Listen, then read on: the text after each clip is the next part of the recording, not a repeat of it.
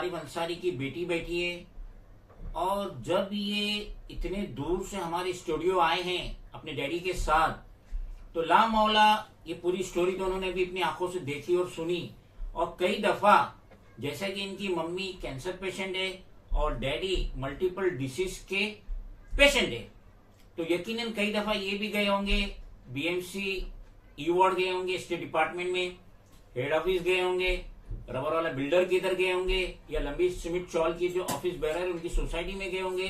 तो बेटा ये बताइए व्यूअर्स को, जो आपने देखे अपनी आंखों से, जो डैडी मम्मी के साथ हेरेसमेंट देखे, नाइंसाफी देखी या कॉपरेशन देखे, किसने क्या किया, जरा शॉर्ट में व्यूअर्स को बताइए।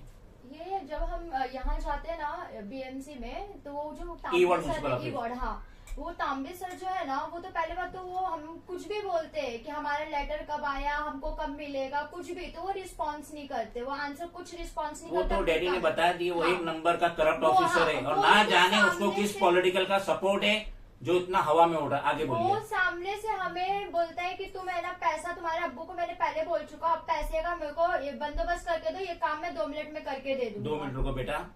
Anti corruption bureau assistant commissioner sir Pochkhanwala road, Mumbai number 30। ये तो बीएमसी का रिकॉर्ड है कि हर साल एक ना एक ऑफिसर ई वार्ड म्युनिसिपल ऑफिस का पकड़ा जाता है करप्शन में। तो ये बेटी कह रही है, मोहम्मद आरिफ अंसारी की बेटी कह रही है कि ये जो क्या नाम है उसका, ये तांबे जो स्टेट डिपार्टमेंट में काम कर रहा है, खुले तौर पे करप्शन कर रहा है। तो जरा बेटी की आवाज सुन लीजिए और प्रॉपर एक्शन लीजिए तांबे का, क्योंकि लगता है इसका बीएमसी की नौकरी से दिल उचाट हो गया है और ये रुखसती के वक्त का इंतजार करा। आगे बोलिए। फिर मेरे डैड है ना सेकेंड वहाँ वीटी पे गए, जो परेशान गायकवाड़ करके है, सीनियर है उनके पास गए ना, उनको सब पेपर दिखाया। उन्होंने क्या, उन्होंने कॉल लगाया हमारे सामने में लकड़े वाले को, उन्होंने बोले कि आपका जो है ना भाड़ा और रेंट है ना, तबरेज, हाँ लकड़े वाले तबरेज, उनको कॉल लगाया, बोले तबरेज रबर वाला है, हाँ, लकड़ा वाला। किसको फोन लगाया? रबर वाले को, तबरेज रबर वाले को। उनको जब कॉल लगा ना, उन्होंने ये चीज से बोला कि हमने इनका सब जो भी है ना भाड़ा, ये मैटर हमने सब उनको दे चुके। ये कब गए थे आप लोग? ये हम पिछले मंथ में गए थे, अप्रैल के महीने में। यस, अप्रैल के मंथ में, स्टार्टिंग मंथ में हम लोग गए। और अभी 1 महीने से ज्यादा हो गया, बल्कि 1.5 महीना हो गया, और आज तक रबर वाला ने कोई भी चेक नहीं दिया, कुछ नहीं दिया। बोलिए। फिर हम उनके पास गए तो उन्होंने बोले कि आपका जो पेपर है ना, वो उस हिसाब से आपका इन लोगों को सोसाइटी और जो है ना तबरेज रबर वाले ना, वो उनको दे देना चाहिए करके। फिर हम सेकेंड जब सोसाइटी में गए रमजान के टाइम पे, तो वो तो पहले हम 3-3 बजे तक बैठते थे वहाँ पे, वेट करते थे वो आप आएंगे तो हमें मिलेंगे। हाँ, उमर रबर ये लकड़े वाला, वो हमको नहीं मिलते, वो हमको बोल के टाइम देते। उसके जो इस अंडर में जितने भी लोग रहते ना, वो बोले अब आएंगे अब आएंगे। हम 3 बजे तक 2-4 दिन बैठे ऐसे ही। फिर जब 4 डेज हुआ ना, तो उन्होंने बोले कि मैं पार्टी में था, ऐसा था। फिर उनके जो रहते ना वो सोसाइटी के मेंबर, उन्होंने उनको कांटेक्ट किया, मैसेज किया कि लोग आके बैठे, पेशेंट है दोनों। मैंने उनको ये भी बोला कि दोनों पेशेंट है, नॉर्मल इंसान रहेगा अगर बैठा रहेगा तो समझ में आता है। कैंसर पेशेंट है और कोई नॉर्मल पेशेंट भी नहीं, कैंसर पेशेंट है और ये है ना पैरालाइज पेशेंट है। अब मैं उनको लेके हैंडल करके लेके आती हूँ, क्योंकि हमारे पास फाइनेंशियल कुछ ऐसा सपोर्ट नहीं है कि टैक्सी कर लिए, बस कर लिए या बाइक से आ गए। तो मैंने उनको बोली तो मैं बोली बैठ जाती हूँ, वो आने तक का मैं वेट करती हूँ। वो जब आए, जब मैंने उनसे मिली, तो मुझे तो उम्मीद थी कि वो मतलब मुझे सपोर्ट करेंगे, मेरे पेरेंट्स की ऐसी कंडीशन देके मुझे बोलेंगे ठीक है मैं या तो रेंट देता हूँ आपको, दिलवा के देता हूँ, क्योंकि आप लोग हक पे हो, हम भीख मांगने के लिए गए नहीं वहाँ पे। वो जब हम उनको पूरी बात बता रहे तो वो बोलता है कि देखो इतनी मतलब वो इतनी रूडली बदतमीज आदमी है, वो मतलब इतनी बदतमीजी से कोई बात किसी से कैसे कर सकता है, और इतनी बड़ी पोस्ट पे बैठा तो तुम्हारी वो पोस्ट की मतलब कुछ है ना, उसकी कोई वैल्यू है, कोई रिस्पेक्ट है। मैंने जब तुमसे उम्मीद लगा कि यहाँ पे तो बोलिए कि देखो यहाँ पे सिर्फ मेरी चलती है, मेरे आगे किसी की नहीं चलती है, मैं तुम्हारे अब्बू को जानता हूँ, ये है ये पेपर ऐसा ऐसा है। हमने पहले उनको मराठी में पेपर दिए, जिसकी 4th लाइन में लिखा था साफ कि बीएमसी ने आपको बोलिए फैसला करके जो भी है उनका देने के लिए। वो हमको साफ बोलते मेरे को मराठी नहीं आती, उसको ट्रांजेक्शन करके लेके आना तो मैं रीड करके वो करूंगा। जब हम मेरे फादर मेरे मॉम भी गए ना, तो उनको दिए, हाथ से दिए, वो एक्सेप्ट करने को रेडी नहीं है। फिर हमने दूसरे उनको कोरियर करके दिए। फिर जब उनके मतलब पहले तो एक्सेप्ट ही नहीं कर रहा कि मेरे पास कोई लेटर आया है।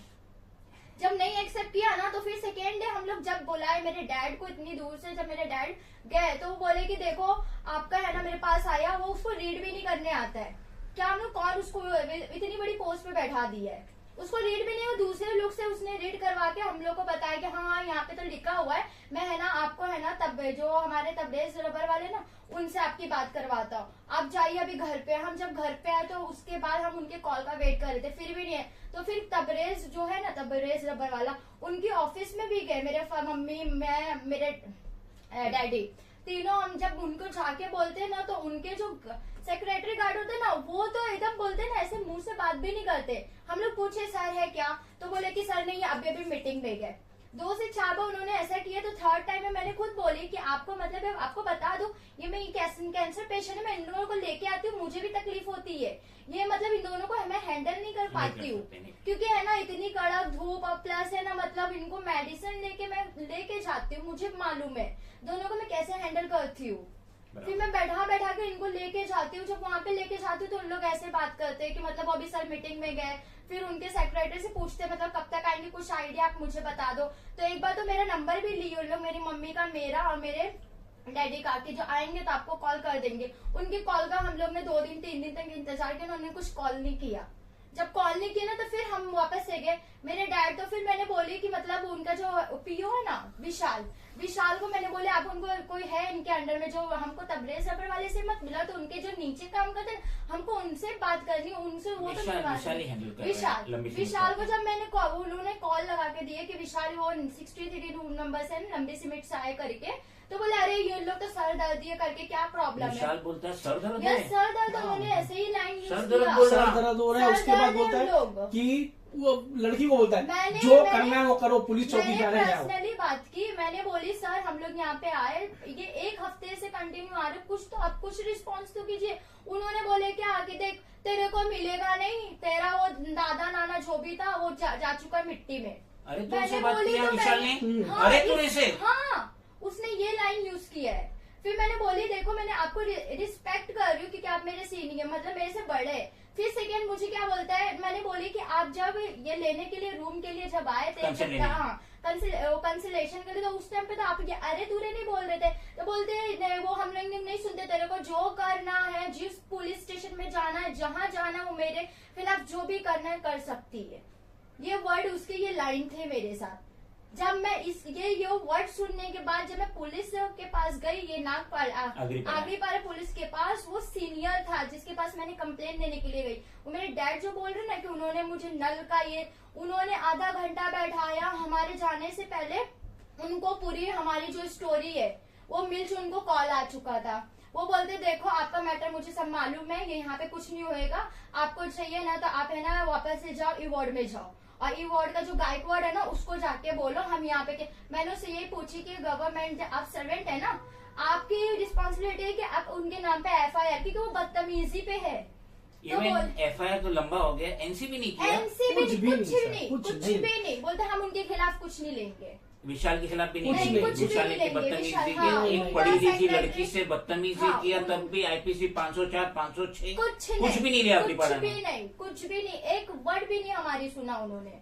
बोला आप बोलते जाओ। उसके बाद मैं वहाँ गई, ये 7 रस्ते पे जो सीनियर बैठते हैं ना, assistant commissioner of police Agripada division, हाल फिलहाल में विठल शिंदे, यस ये सर के पास गई। उनके पास मैं 2 बार गई, उन्होंने मुझे मतलब मेरे डैड को एक बार दिखे, उनके बाद हमको दिखे नहीं।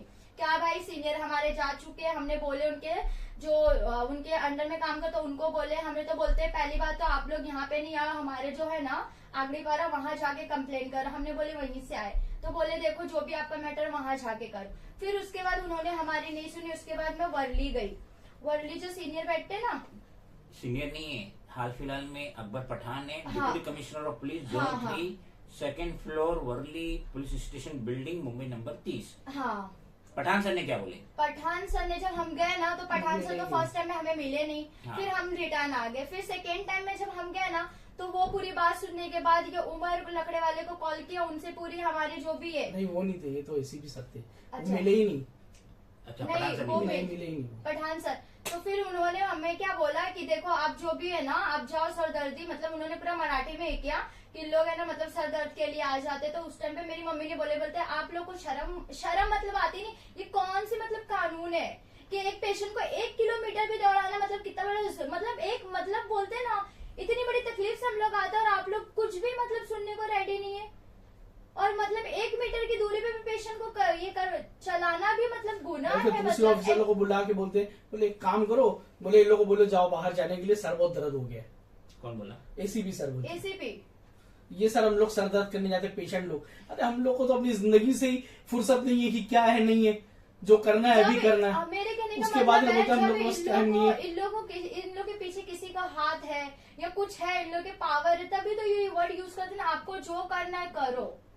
सर मेरा बोलना है कि सर गवर्नमेंट हम लोग यहाँ तक के ट्रेन के डब्बे में भी हम लोग को सुविधा देती है, तो ये इतनी बड़ी पोस्ट पे बैठे खाली क्या टीवी में प्रचार देने के लिए कि गवर्नमेंट ऐसे अपाहिज लोगों के लिए ये कर रही है वो कर रही है, किस वजह जब हम लोग की सुनवाई नहीं है। अरे हम लोग की कहीं एंट्री नहीं है, तो हम लोगों को क्या चीज है हम लोगों के लिए कि हम लोग को कोई चीज बताए तो जहां जाए। अच्छा सर अभी एक बात तो सबसे बड़ी आपको बताना मैं भूल गया, यादव सर की बात, ये असिस्टेंट हाँ वहां गया मैं एक दिन कंप्लेंट लेके इनकी, तो ये इनका तो नई चीज मैं वीडियो बता रहा हूँ, वीडियो में है, मेरे को पुलिस से पकड़ो अंदर करवा दिए। कौन?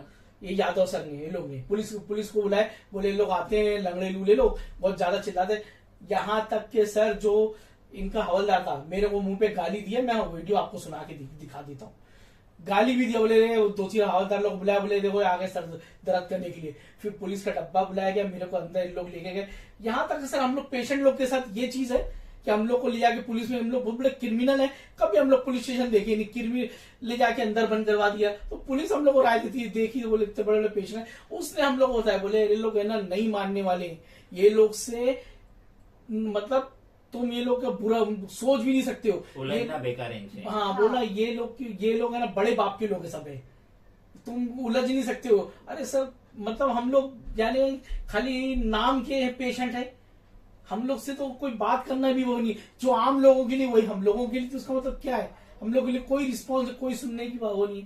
सर अगर आपको ई वार्ड जाना है तो मैं खास करके जो आम गरीब लोग जनता जो मेरे भाई बहन है उनको बोलना चाहूंगा कि एक पाटा की चप्पल ले ले 4-5 और रगड़ते रहे, और या तो पैसा ले ले या पॉलिटिशियन सपोर्ट हो तो आपका काम 2 दिन में हो जाएगा, और नहीं तो लाइफ टाइम रगड़ते रहो, कोई सुनवाई नहीं की।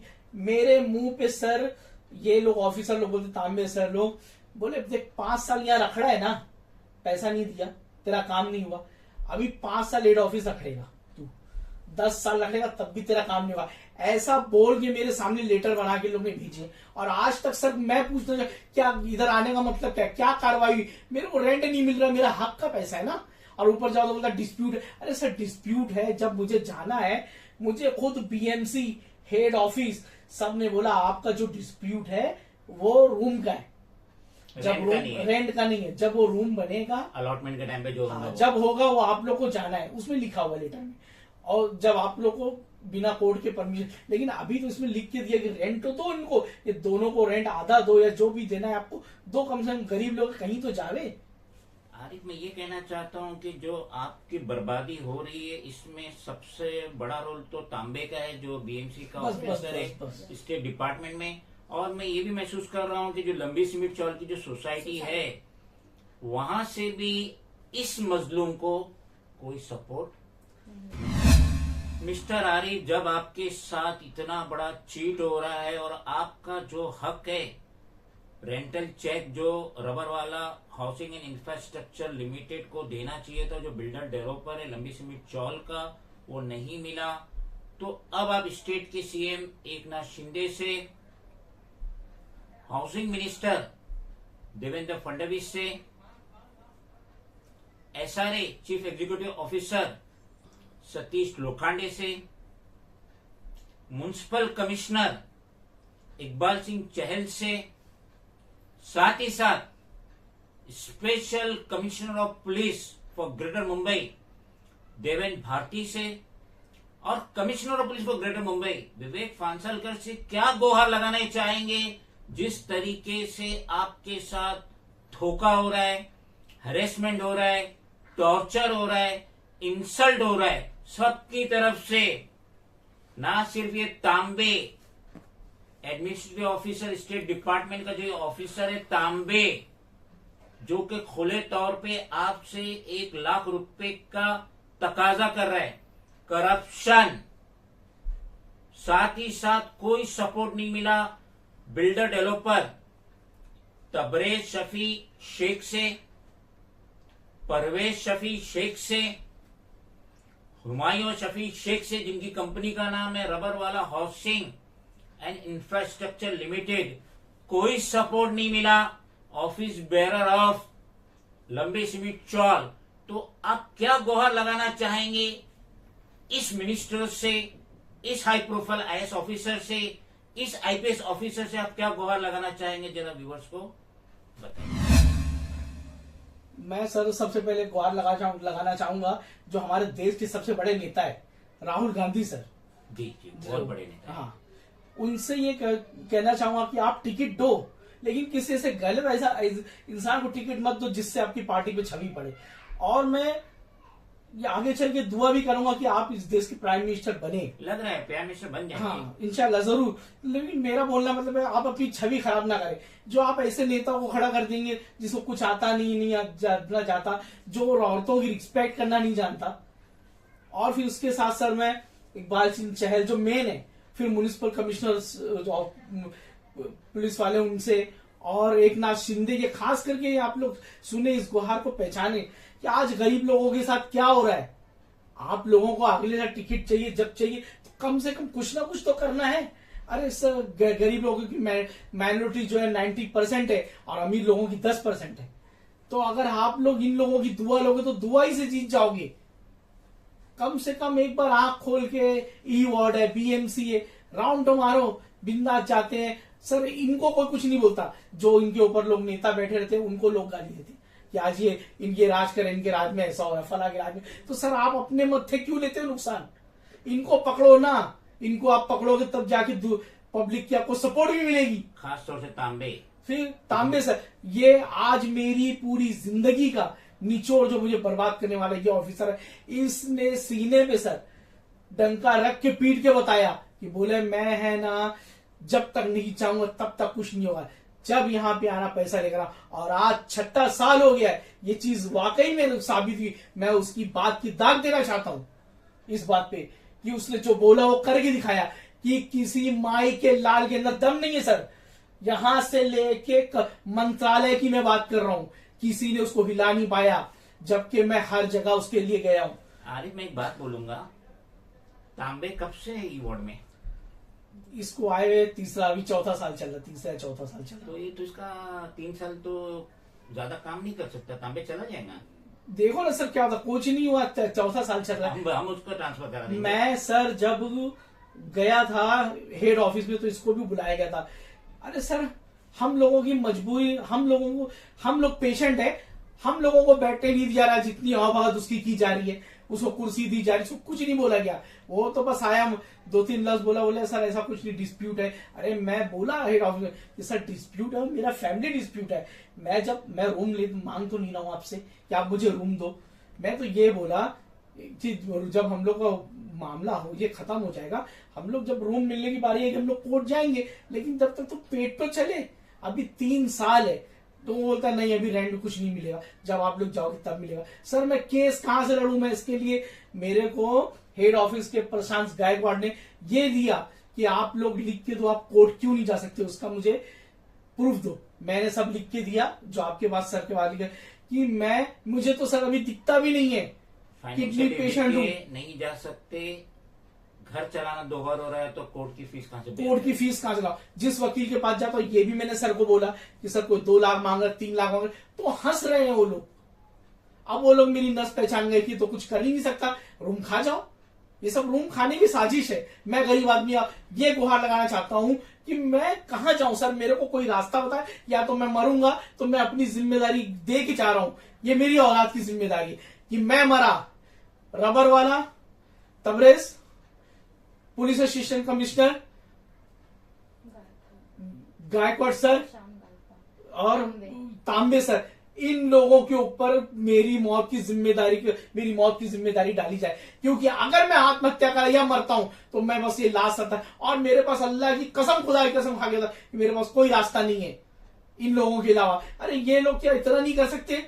हर चीज बीएमसी लिख के दी है कि आप लोग अपना काम कर लो जाके, तुम्हारा हो चुका है। कोई नहीं ये सब चीज करता, कोई मानने को वो लोग इधर टेबल पे, वो इधर टेबल पे। आगे को बात हो चुकी है, आधे घंटे की वीडियो में बात हो चुकी है, मुद्दे की बात करो, एंड करना है इसे।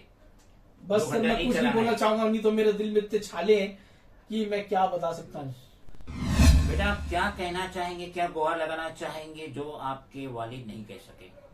ये मेरी गुहार ये है कि राहुल गांधी सर और मिलिंद देवरा सर जो है ना एक्स एमपी, और अमीन पटेल सर जो है ना एमएलए के, तो वो उनको है ना कॉर्पोरेट की टिकट ना दे उमर लकड़े वाले को, क्योंकि ये है ना उस काबिल भी नहीं है और उसको ये सीट मतलब नहीं मिलनी चाहिए।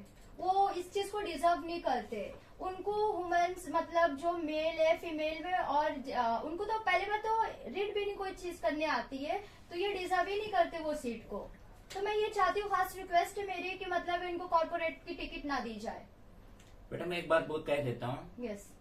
कि उमर लकड़ा वाला मेरे बहुत करीबी है, ओके। और ये जो आप बात कह रहे हैं, मैं इसमें रत्ती बराबर भी एडिटिंग नहीं करूंगा कि ये काटू वो काटू, जो बोल रहे हैं वो लाइव हो रहा है। तो आप बहुत होश हवास में कह रहे हैं। मैं होश आवाज में कह रही हूँ, उन्होंने मेरी मम्मी के साथ बदतमीजी का हरेसमेंट की है बहुत ज्यादा। लेडीज को मतलब उनको बात करने की तमीज ही नहीं है कि कैसे किससे बात की जाती है। मैंने उनसे उनको ये क्वेश्चन पूछा कि आप मुझे ये चीज है ना राइटिंग में लिख के दे, तो उन्होंने बोले तू होती कौन है मुझसे बोलने वाली। मतलब मैंने उसको बोला तू और तड़क में मतलब फर्क नहीं है आपको। तो मैं तो यही चाहती हूँ कि उनको कॉर्पोरेट की टिकट ना दी जाए। हम उम्मीद करते हैं कि मोहम्मद आरिफ मोहम्मद इलियास अंसारी जो कि मेरे छोटे भाई के जैसे हैं, उनको इंसाफ मिलेगा। और इससे पहले भी ये जो 4N के न्यूज चैनल जब स्टार्ट हुआ था 9 अक्टूबर 2021 में जो स्टार्ट हुआ था, तो ये आरिफ अंसारी थे जो कदम ब कदम इस चैनल की तरक्की के लिए बहुत मेहनत किए। और हमने इनके रूम नंबर 63 लंबी cement chawl Byculla station road Mumbai number 11 के लिए इससे पहले भी 4-5 वीडियो बना के अपलोड किए। ये आरिफ अंसारी की मेहनत थी कि ये 4N के न्यूज महज 11 महीने 6 दिन में मोनेटाइज हो गए यूट्यूब पे। जो यूट्यूब की रिक्वायरमेंट है 4000 घंटे और 1000 सब्सक्राइबर, ये मोहम्मद आरिफ अंसारी की मेहनत ही थी। तो इसलिए हम मोहम्मद आरिफ अंसारी के शुक्रगुजार हैं।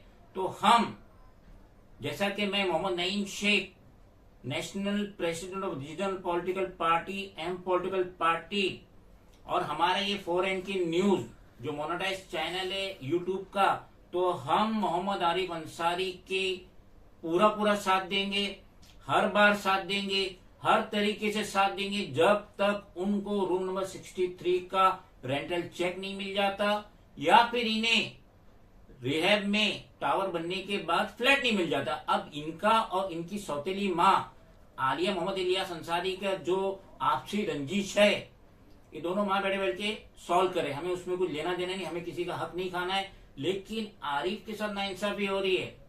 और ये जो तांबे है, जो अपने आप को जो अदना सा पब्लिक सर्वेंट है, एडमिनिस्ट्रेटिव ऑफिसर स्टेट डिपार्टमेंट ई वार्ड का, जो अपने आप को IAS ऑफिसर समझ रहा है, इकबाल सिंह चहल के मुकाबिल में समझ रहा है, और जो खुले तौर पे 1 लाख रुपया आरिफ से करप्शन एक्सटॉर्शन का तकाजा कर रहा है, तो तांबे पे तो प्रॉपर इन्वेस्टिगेशन होना चाहिए।